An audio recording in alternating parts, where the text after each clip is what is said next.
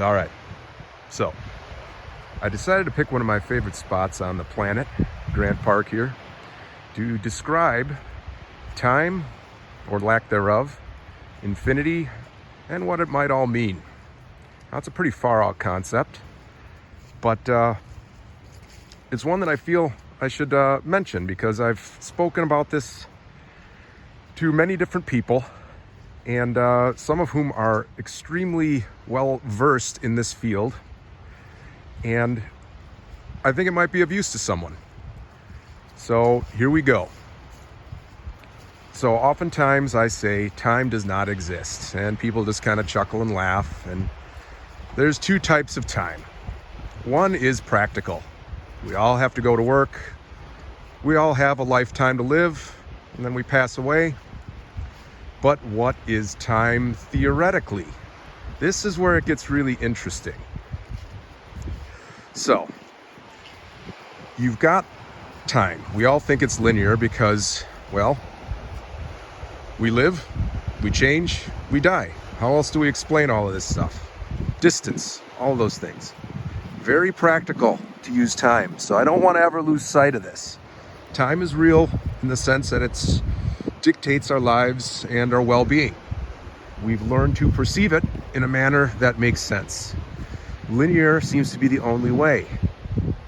But when you take a look at the math and those types of things, you find out maybe it's not exactly what it seems.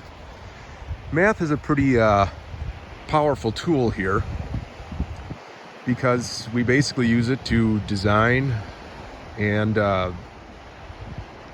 build everything around us. We know it works. Base 10 is very handy. But one of the problems of math is a little funky number called pi, 22 over 7, 3.14 it is abbreviated as.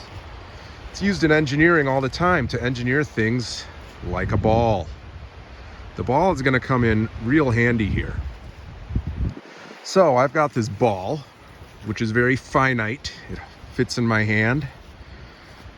And this ball, while it's not a perfect sphere, what would be used to engineer the sphere is pi, any circle or ball. Now, the significance there is that number's infinite. It doesn't repeat, it just keeps on going. They have supercomputers that haven't figured this stuff out yet. They just keep on going and pi keeps on dividing into itself. Well, practically, someone used it to design a ball that I'm holding in my hand. But theoretically, that number never ends. They used infinity in the equation of the ball. Any sphere, any circle is going to use pi. So we know that we're using an infinite number, which doesn't make any sense, to build a very practical item, this ball. So this weighs so much, it has so much mass. I can throw it, I can touch it, I can squeeze it. But here's the problem. Say this is time. All right, so we've got our ball, and, well, how is this infinite? Well, if I shrunk myself down to size and became a little man with little feet, and I said, start at the beginning and tell me when you get to the end. Well, therein lies your problem. Where is the beginning and where is the end? If you apply this to time, as I've told some of my friends in the world of physics, quit looking for the Big Bang. We are the Big Bang. We're living in it right now. The significance of that is, if we're living in an infinite moment, or a series of them, the key here really is just to enjoy yourself. Don't know what comes before, don't know what comes after, and that's all right, because it's all happening faster than we can perceive. So we've got our little ball here. Where do you start? Where do you end? If I tell you to start at the beginning, it's completely arbitrary. It is up to the individual where they start and where they end. Now, you don't have a say when you're born or when you die, and that's all right. Because when you're born and when you die is arbitrary. It is relative. A guy by the name of Einstein spoke about relativity, and one of the things he said is that time is an illusion. Well, I would tend to agree with him. Doesn't mean go off and do something completely insane and hurt yourself, because that's very real. That's practical. But what does it mean in an overall sense of well-being? It means we're literally in control, not necessarily of our time, but we are in control of our realities. I guess the key point with it all would be to basically say we're in control of our own happiness. And that's a very powerful thing. We all have things that are good and bad that we assign value to, just the way we assign a lifetime value. My lifetime will be so many years and days and hours. But when you take a look at that, you realize that every single thing can be perceived as good or bad. And it is up to us on how we want to handle that intake of information.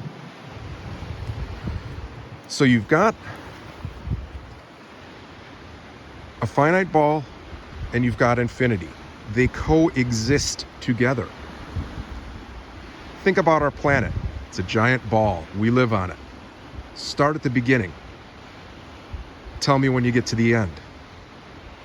The only thing that dictates it is the length of our lifetime. And everyone's lifetime will be relative to the individual. So, I don't know if I fully explained what I've basically been trying to explain for about 30 years, ever since I was a kid, trying to grasp this concept myself. But I guess the summary of it all would be this. Whatever our experiences are here, it is up to us, if we so choose, to make them pleasant or unpleasant. How we treat people, how we treat ourselves. This is really powerful stuff that I think could help a lot of people. But never lose sight of the fact that no one really understands what reality is. We've got people searching for it all the time. Very bright, intelligent people all over the world, different philosophies, different experiences. And they all kind of get hung up at what is the beginning and the end. Well, I would say this is both. And what we have with our lives is to experience the wonder that is occurring all around us, because it's going to be around long after I'm gone, and it was here long before I even existed. So with that, I guess I would just say, be kind to one another. I'm a big fan of the golden rule. Treat people the way you want to be treated. And don't worry about what's coming next, because it's already happening in the blink of an eye. When you get that little sensation that maybe you shouldn't do this, or maybe you shouldn't go down that dark alley, remember that. There's a good chance that our bodies have adapted to live in this. And that little function, some people say it's ESP or someone's a clairvoyant. Well, I don't necessarily ascribe to that. I don't really write it off either. But if you think about it, and this is all happening that fast, well, sit back and enjoy it. Like I'm enjoying this cold Wisconsin January day down at Grant Park. It's a very fun experience. And don't let those moments go by.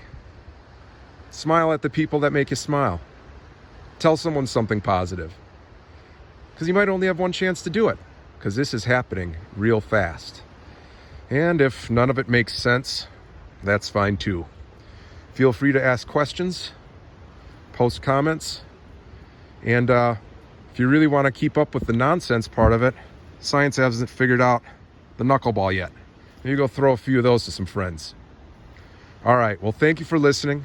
I hope this made sense. Infinity in your hand, the number pi, used to engineer reality. is a fake number in the real sense. It is only theoretical. Enjoy.